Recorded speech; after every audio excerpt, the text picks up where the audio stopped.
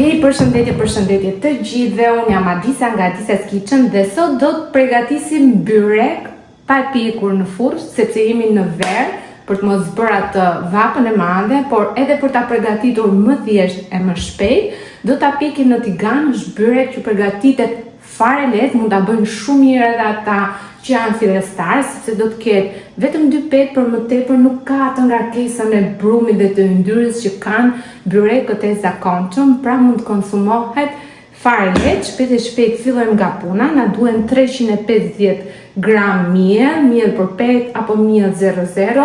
Në të dyja rastet funksionon shumë mirë. Gjithashtu, unë dua t'ju kujtoj, nëse jeni të rinj në kanalin tim apo nëse ndiqni vazhdimisht videot e mia dhe akoma nuk keni bërë subscribe, do ju ftoja ta bëni, pasi çdo javë ka receta të reja dhe të shtypni atë butonin e zilës, kështu njoftoheni sa herë postoj një recetë të re.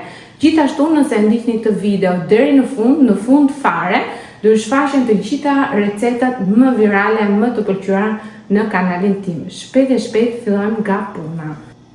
Për brumin do na duhen shumë pak gjëra, vetëm miell, një lug çaj me krip dhe do të shtojmë gjithashtu edhe 2-3 lug gjelle me vaj ulliri që do e mbaj edhe më të butë, dhe do na duhet një gotë me ujë, që zakonisht gotat janë 200 deri 250 ml, por ne do e shohim edhe me sy. Do na duhet një brum kompakt, jo shumë i butë dhe jo ngjitës në përduar, por gjithsesi elastik. Fillojmë punojmë brumin.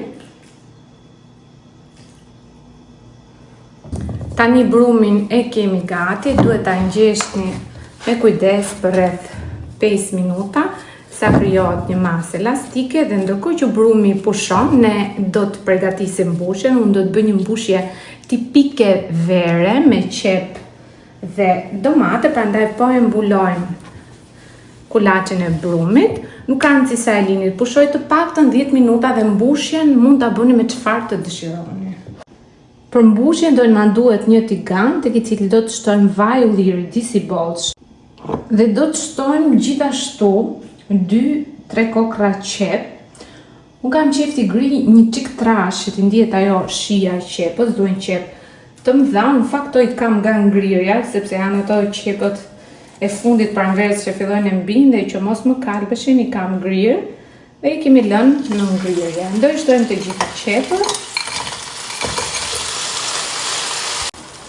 E ndërsa qepa na skuqe, do të shtojmë edhe erëzat, një lug çaj krip që ndihmon qepën edhe të zbutet më shpejt. Do të shtojmë pak rigon, mua më pëlqen shumë rigoni tek byreku me qep e tomate, por kjo është sipas dëshirës, dhe do të shtojmë gjithashtu edhe pak piper të zi, edhe këto e kam shumë qef tek byreku me qep e tomate.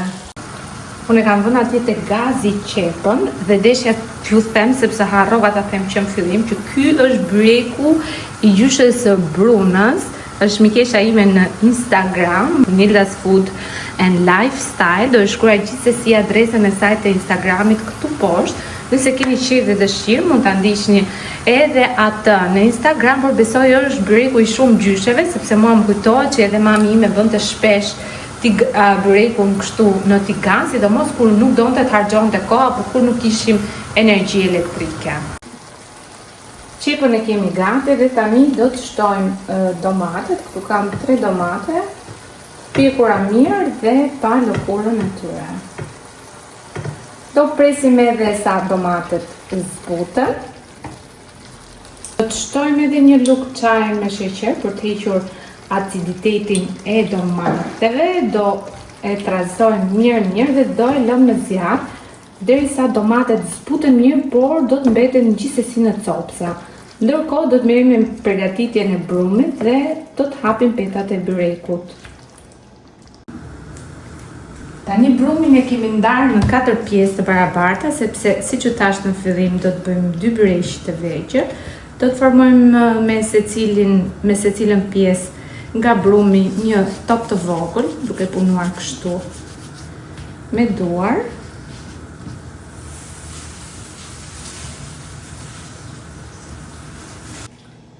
Tani hapim bashk byrekun e parë, përkasim petët me pak miell apo 27 dhe do të hapim 2 petën e poshtë me pak më të madhe dhe petën e sipërme.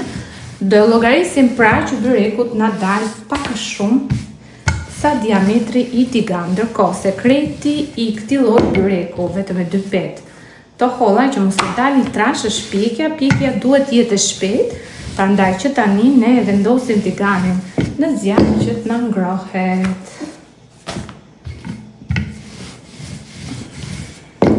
Unë përdorni edhe pak atë pecin e hollë për ta hapur, që të hap kështu pak me oklajit dhe pak me duar. Gjithsesi e zgjidhni vetë si e hapin, sepse kjo pjesë nuk është shumë problem. Janë 2 peta që nuk janë shumë të holla, janë lehtësisht të menaxhueshme. Petën e parë e kemi hapur, do të hapim po në të njëjtën mënyrë edhe petën tjetër. Pra shumë lehtë me pak miell ose edhe nëse shtet me pecin e trash apo dhe me ato të hollin, pak me duar, pak me oklavi.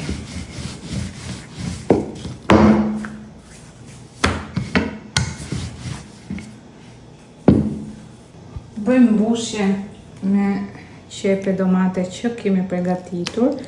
Nuk duhet ta mbushin shumë dhe duhet lënë që të ftohet më përpara. Unë mundova ta nxjerr në tas, por është akoma e ngrohtë dhe kjo nuk është gjë shumë e mirë. Pasi do kemi të vështirë ta transportojmë brumin për në tigan. Petën e dytë do vendosim mbi petën e parë, edhe mund ta rrodhosim pak. Kemi lënë këtë hapësirë nënësore për të bërë mbylljen. E sjellim gjithë këtë pjesën e poshtme këtu sipër dhe ngjeshim pak me gisht.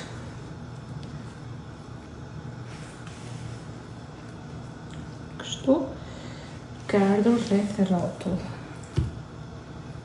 E kam kaluar byrekun direkt këtu tek tigani, sepse nuk pata mundësi ta gjora pasi filloi të ngjite dhe shikoni tani është pjekur edhe nga pjesa e poshtme. Këtu kam një tepsi me letër kurre sipër. E fikim dhe si vetëm një moment dhe do bëj fiun e byrekut pra me kujdes që mos na ngjit.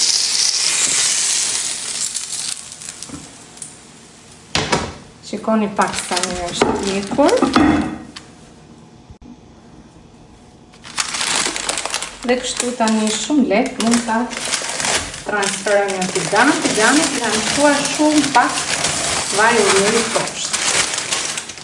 Një do e kaloj po prapë te gazi, sepse aty hiqet më shpejt.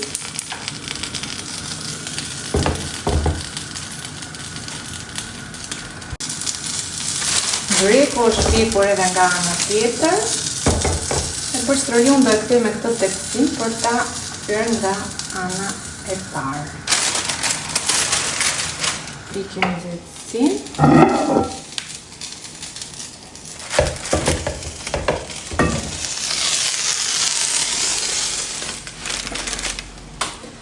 Shikoni për sa pak kohë bëjmë një super byrek. Nuk kemi mbaruar akoma, dhe është edhe diçka të fundit. Dhe ai që do jap gjithë shijen, ky ka dalë shumë i butë, sepse është edhe mbushja me domate që më bën të butë. Por gjithsesi është kjo pjesa e gjalpit që i kalohet sipër dhe bën edhe më të shishëm. Shikoni pak si na kanë dalë të dy byrekët tanë, ose lakror i quaj unë ndryshe këto që bëhen me 2 petë, janë super të butë, janë pjekur shumë mirë nga të dyja anët, dhe kjo shija dhe aroma e gjalpit.